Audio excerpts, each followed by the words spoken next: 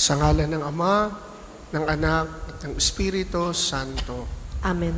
Ang pagpapala ng ating Panginoong Hesukristo, ang pag-ibig ng Diyos Ama, at ang pakikipagkaisa ng Espiritu Santo, naway sumainyong lahat.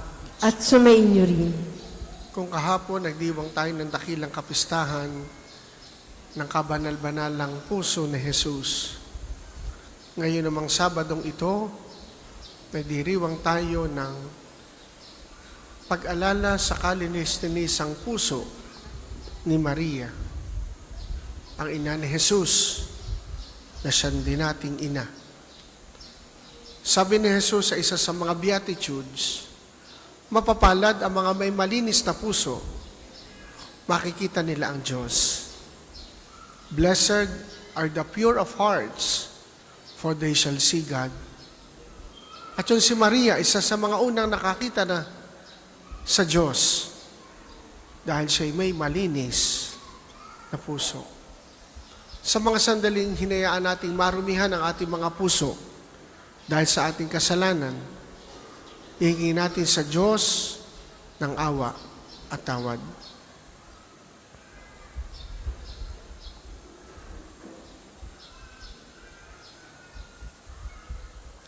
Sinugong tagapagpagaling sa mga nagsisisi, Panginoon, kaawaan mo kami. Panginoon, kaawaan mo kami. Dumating na tagapag-anyayang mga makasalanay magsisi, Kristo, kaawaan mo kami. Kristo, kaawaan mo kami. Nakalukluka sa kanan ng Diyos Ama, para ipamagitan kami, Panginoon, kaawaan mo kami. Panginoon, kaawaan mo kami. Kaawaan tayo ng makapangyarihang Diyos. Patawarin tayo sa ating mga kasalanan at patnubayan tayo sa buhay na walang hanggan. Amen. Manalangin tayo.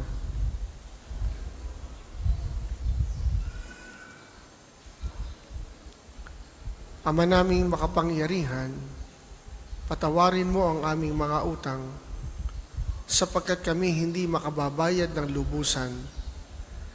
Kaya't makaligtas nawa kaming tanan, pakundangan sa pagdalangin ng mahal na Birheng Ina ng Diyos para sa aming kabutihan, sa pamamagitan ni Hesukristo, kasama ng Espiritu Santo, magpasawalang hanggan. Amen.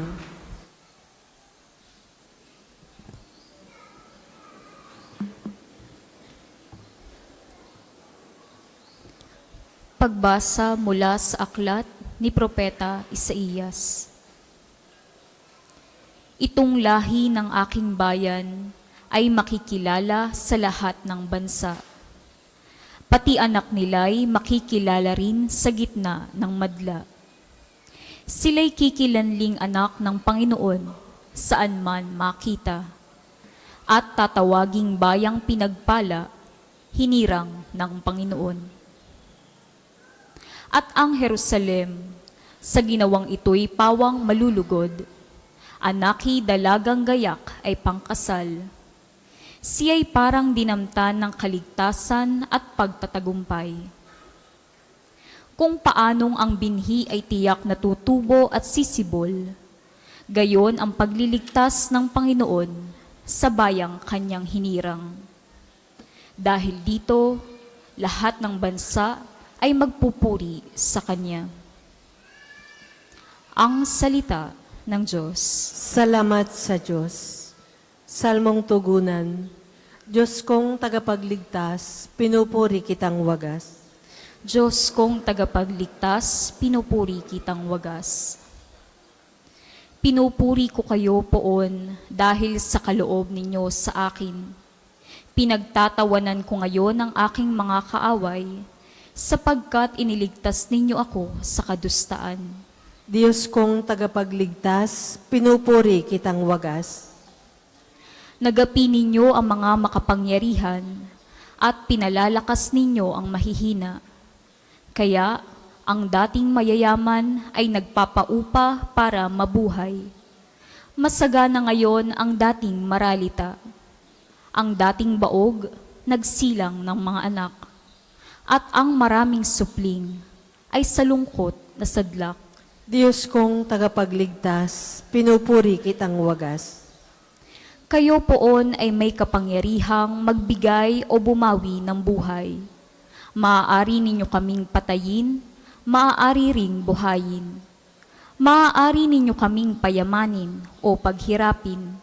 Maaari ring ibaba o itaas. Diyos kong tagapagligtas, pinupuri kitang wagas. Napadadakila ninyo kahit ang pinakaaba. Mahahango sa kahirapan kahit ang pinakadukha. Maihahanay ninyo sila sa mga maharlika. Mabibigyan ng karangalan kahit na ang dustang-dusta. Diyos kong tagapagligtas, pinupuri kitang wagas. Ang lahat po ay magsitayo.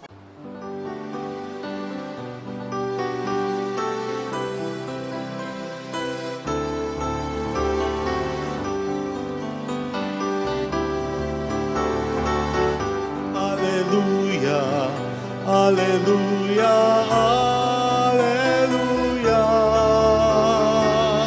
hallelujah, hallelujah, hallelujah, hallelujah.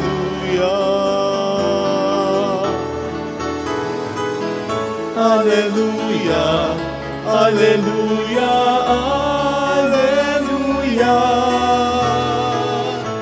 Hallelujah, hallelujah, hallelujah, hallelujah.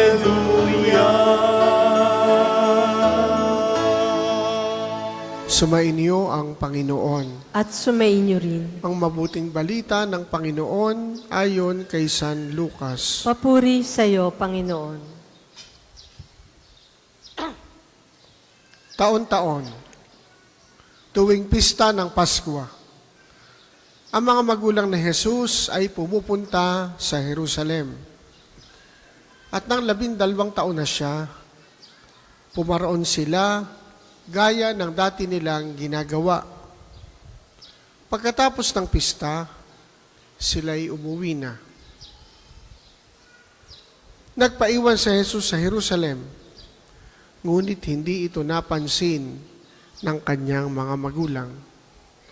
Sa pag-aakala ng isa na si Jesus ay kasama ng isa, nagpatuloy sila sa maghapong paglalakbay.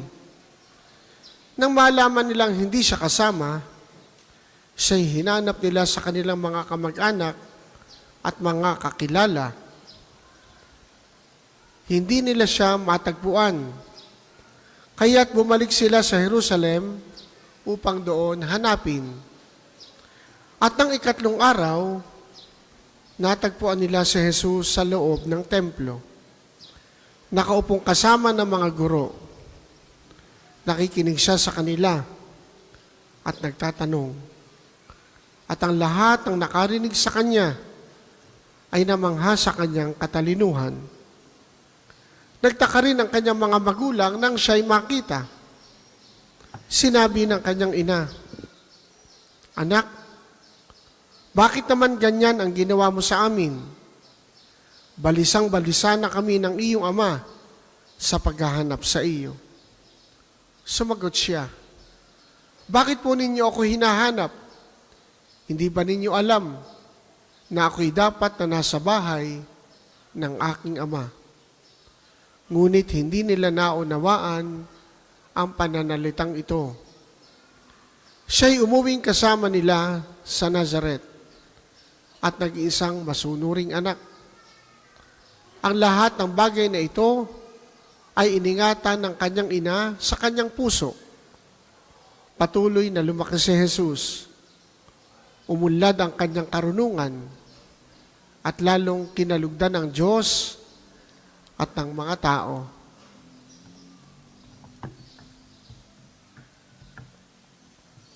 Ang mabuting balita ng Panginoon. Pinupuri ka namin, Panginoong Hesukristo.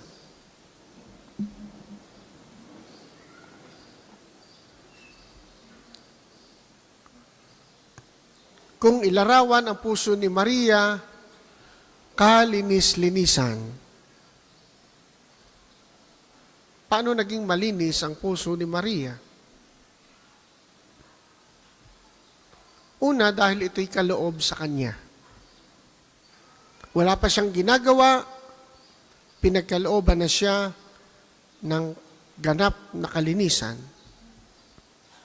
Yun ang ibig sabihin ng immaculately conceived.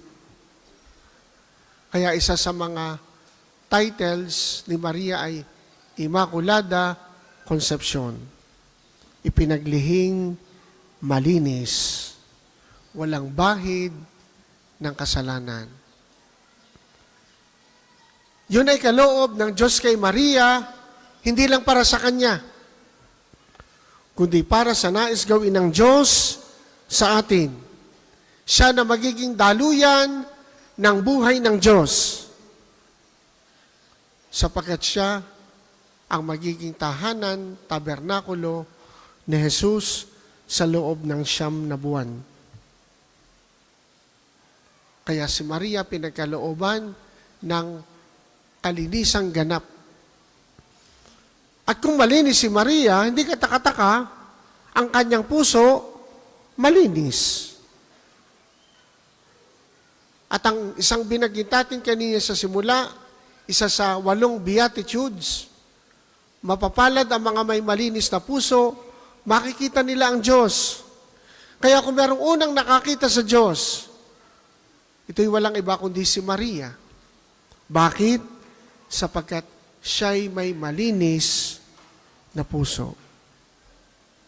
Di ba nung bumati ang Anghel Gabriel sa kanya,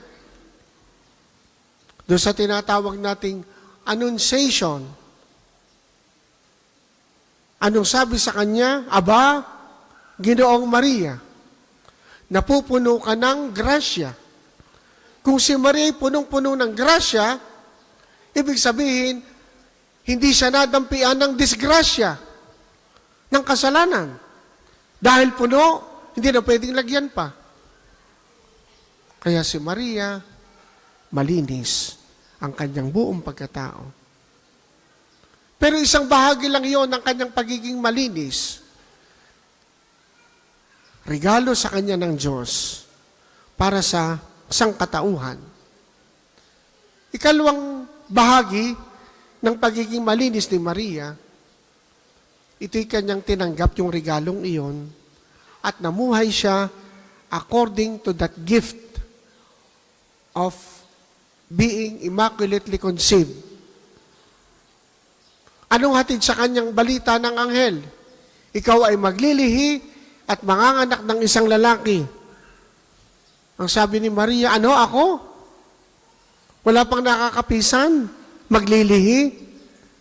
Paano mangyayari iyon? Gayong ako'y dalaga. Anong paliwanag ng anghel? Bababa sa iyong Espiritu Santo at lililiman ka ng kapangyarihan ng kataas-taasan, kaya't banal ang ipanganganak mo. Sa katapusan ng tagpong iyon, anong sagot ni Maria? Ako'y alipin ng Panginoon. Mangyari sa akin ang iyong sinabi. Yun ang ibig sabihin ng si Maria ay may malinis na puso.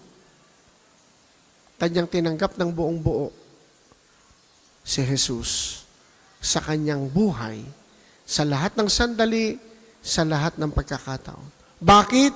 Sapagkat siya'y nagpakaalipin. Ako'y alipin ng Panginoon.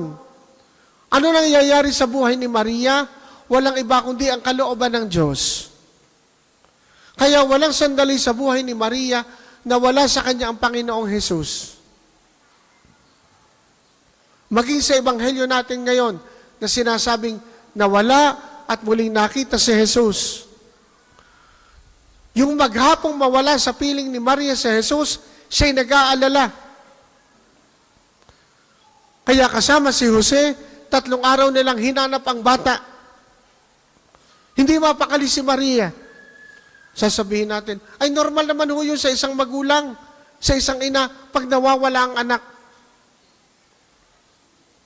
Pero hindi basta pagkawala ni Maria o ni Jesus ang naganap dito. Dahil ang totoo ang nawala ay hindi si Jesus, kundi ang mag-asawang Maria at Jose. Saan nila natagpuan si Jesus? Nasa templo.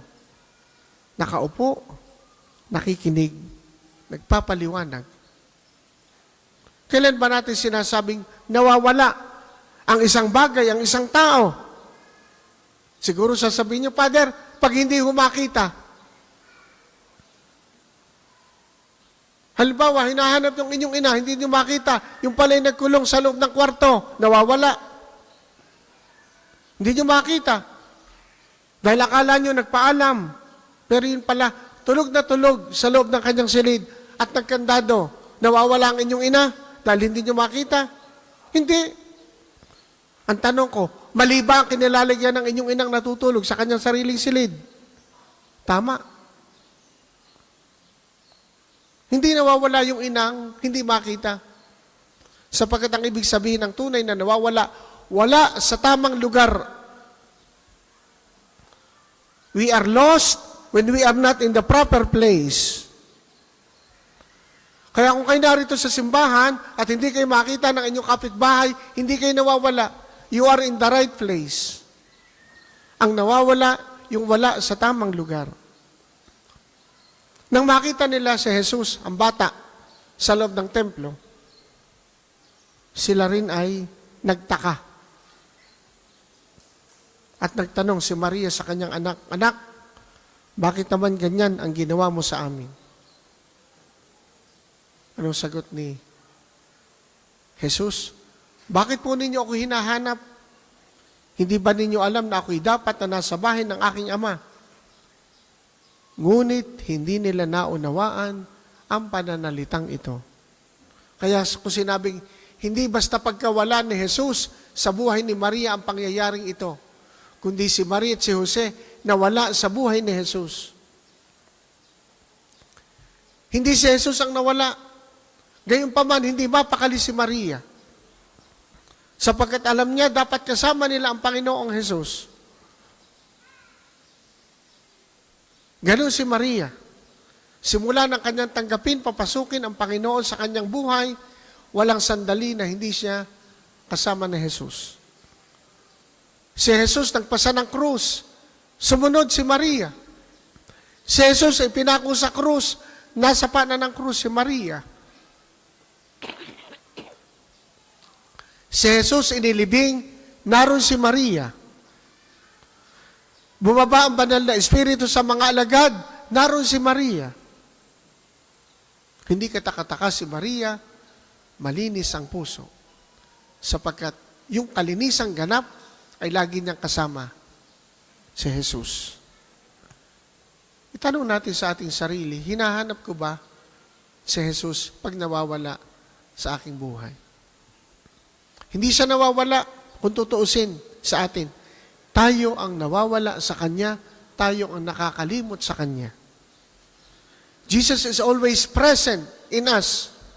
The problem is, we are not always present to Him. Minsan nakakaligtaan natin. Nawawala tayo sa Kanya. Kaya tayo ang nawawala, tayo ang nalilihis ng landas. Subalit saan man tayo pumunta, lumihis man tayo ng landas, sinusundan pa rin tayo ng Panginoon. Sapagkat ayaw niya na tayo mawalay sa Kanya.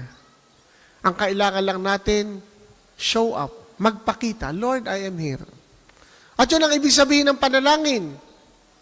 More than talking, more than speaking, prayer is showing up, telling the Lord, Lord, I am here. Panginoon, andito lang ako. Handang makinig sa iyo. At katulad ni Maria, handang sumunod sa iyong salita.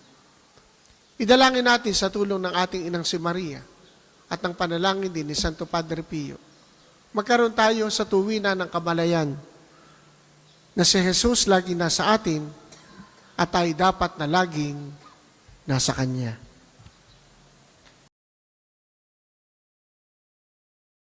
Handog namin sa iyo, Ama, ang pinapayatalaga ito. Handog ng bayang umasa, sumasamba at nagmamahal sa iyo. handog namin sa iyo, Ama. Ang tinapay at alak na ito,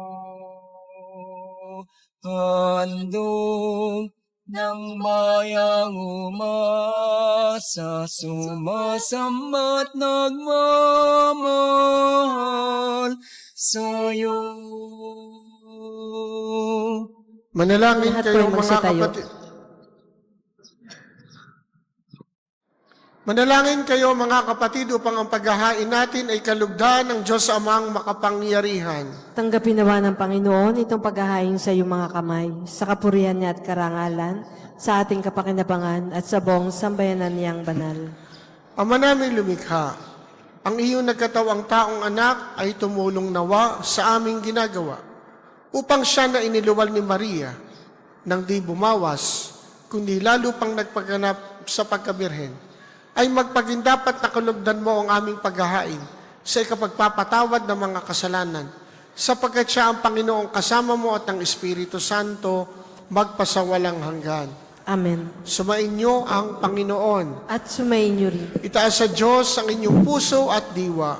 Itinaas na namin sa Panginoon. Pasalamatan natin ang Panginoong ating Diyos. Marapat na siya ay pasalamatan. Ama namin makapangyarihan, tunay ngang marapat na ikaw ay aming pasalamatan. Bukod mong pinagpala sa babaeng lahat, ang mahal na Birheng totoong mapalad, na iyong piniling maging ina ng iyong anak, nung isugo mo siya bilang aming Mesiyas. Sa kapangyarihan ng Espiritong Banal, ang Birheng Maria ay naging inang tunay ng iyong anak na kanyang isinilang bilang liwanag nitong sanlibutan. Kaya kaisa ng mga anghel na nagsisiawit ng papuri sa iyo, nang walang humpay sa kalangitan, kami nagbubunyi sa iyong kadakilaan. Banal ka po may kapal, banal ang iyong pangalan, banal ang iyong kaharian, langit lupa'y nagpupugay sa iyong kadakilan. Dinadakila ng lahat ang kaparito mo at na siyang nagmulat sa bula, sa pinayay nagpalakad, at nakiramay sa lahat. Ama naming banal, ikaw ang bukal ng tanang kabanalan, kaya't sa pamamagitan ng iyong Espiritu, gawin mong banal ang mga kaloob na ito upang para sa amin ay maging katawan at dugo ng aming Panginoong Hesukristo. Bago niya pinagtiisang kusang loob na maging handog, kinuha niya ang tinapay, pinasalamatan kaniya. Pinaghati-hati niya yon, ibinigay sa kanyang mga alagad at sinabi, "Tanggapin ninyong lahat ito at kanin. Ito ang aking katawan na ihahandog para sa inyo."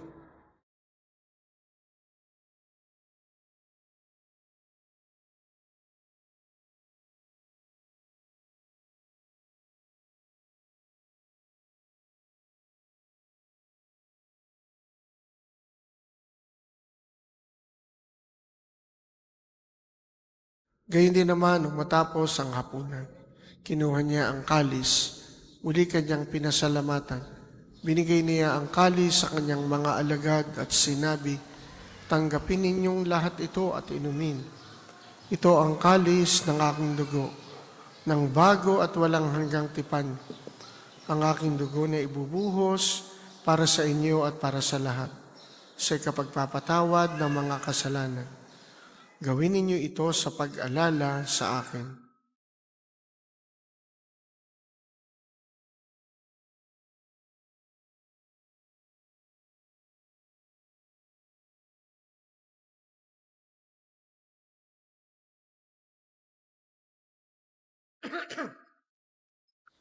Pagbunyiin natin ang misteryo ng pananampalataya.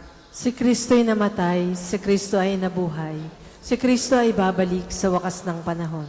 Ama, ginagawa namin ngayon ang pag-alala sa pagkamatay at muling pagkabuhay ng iyong anak. Kaya tiniaalay namin sa iyo ang tinapay na nagbibigay buhay at ang kalis na nagkakaloob ng kaligtasan. Kami nagpapasalamat dahil kami iyong minarapat na tumayo sa harap mo para maglingkod sa iyo.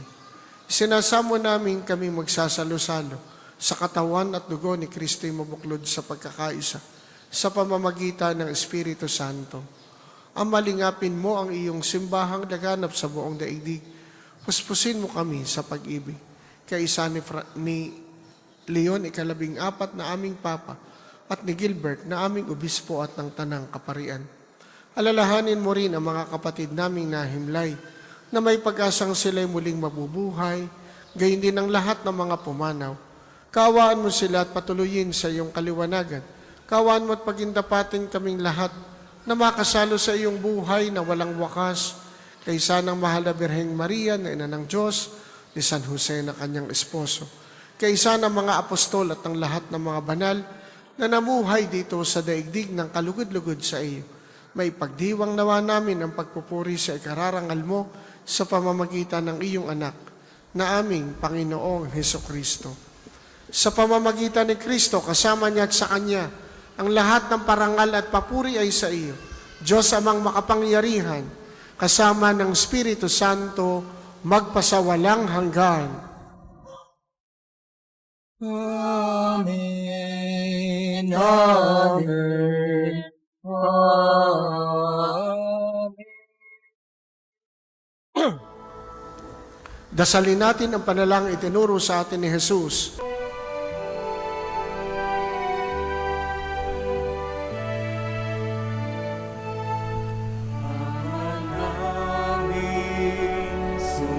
Sumasalangit ka, sambahin ang ngalan mo, mapasa amin ang kaharian mo, sundin ang loob mo. Dito sa lupa parang sa langit, bigyan mo po kami ngayon ng aming kakanin sa araw-araw, at pagnawarin mo kami sa aming mga sala, para na pagpapatawad namin sa nagkakasala sa amin.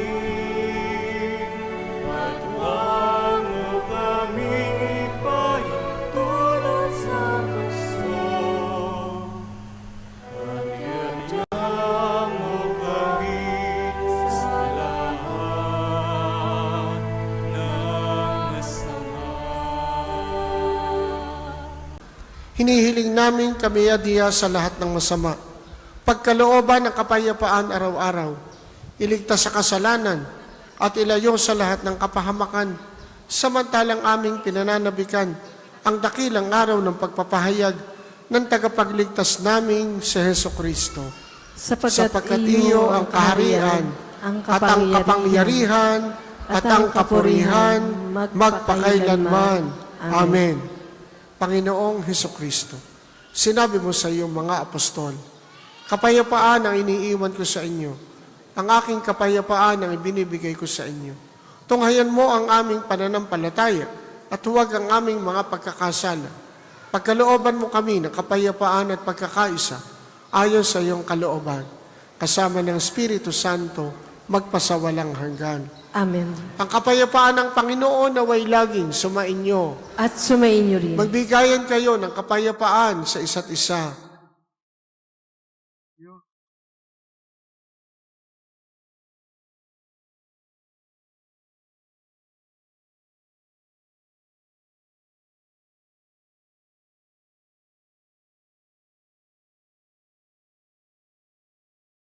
Ang Diyos na nag-aalis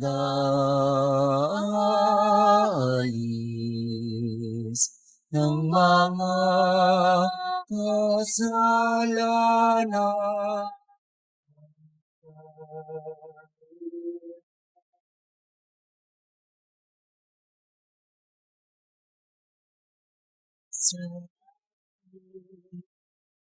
Awa ka sa amin,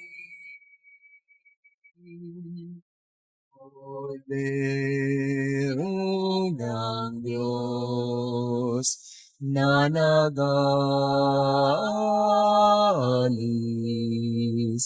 ng mga Kasalanan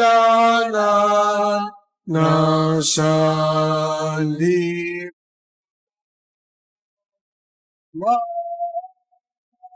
Kasamin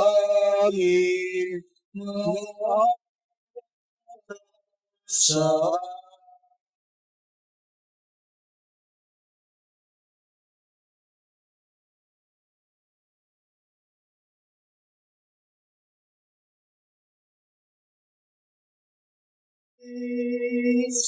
ng mga kasalanan ng sanlibutan, ipag sa amin ang kapahayag.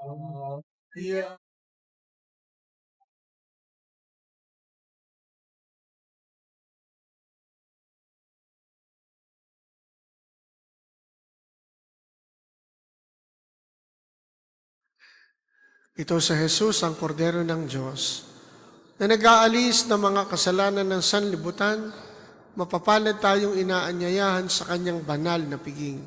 Panginoon, hindi ako karapat-dapat na magpatuloy sa iyo, ngunit sa isang salita mo lamang ay gagaling na ako.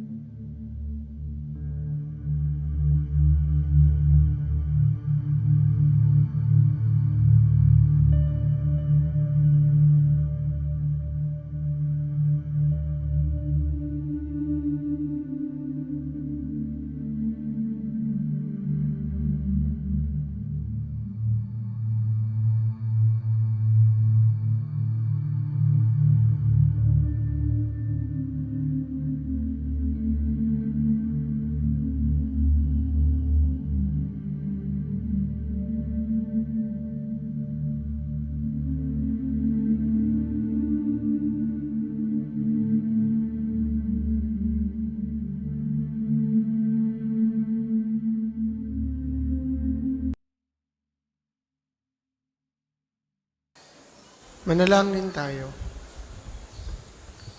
Ama naming mapagmahal, sa pagsasalo namin sa banal na pakikinabang, ang iyong kagandahang loob ay aming hinihiling upang ang pagpaparangal namin sa mahal na Birheng Maria at pagtulad namin sa Kanya ay magpagindapat na aming paglingkuran ang pagganap sa kaloobong kaligtasan sa pamamagitan ni Heso Kristo, kasama ng Espiritu Santo magpasawalang hanggan. Amen. Mag-ingat po kayo sa inyong pag-uwi. Sumainyo ang Panginoon. At sumainyo rin. At kayong lahat ang natitipon ngayon ay pagpalain nawa ng makapangyarihang Diyos, Ama, Anak, at Espiritu Santo. Amen. Umayo kayong mapayapa. Salamat sa Diyos.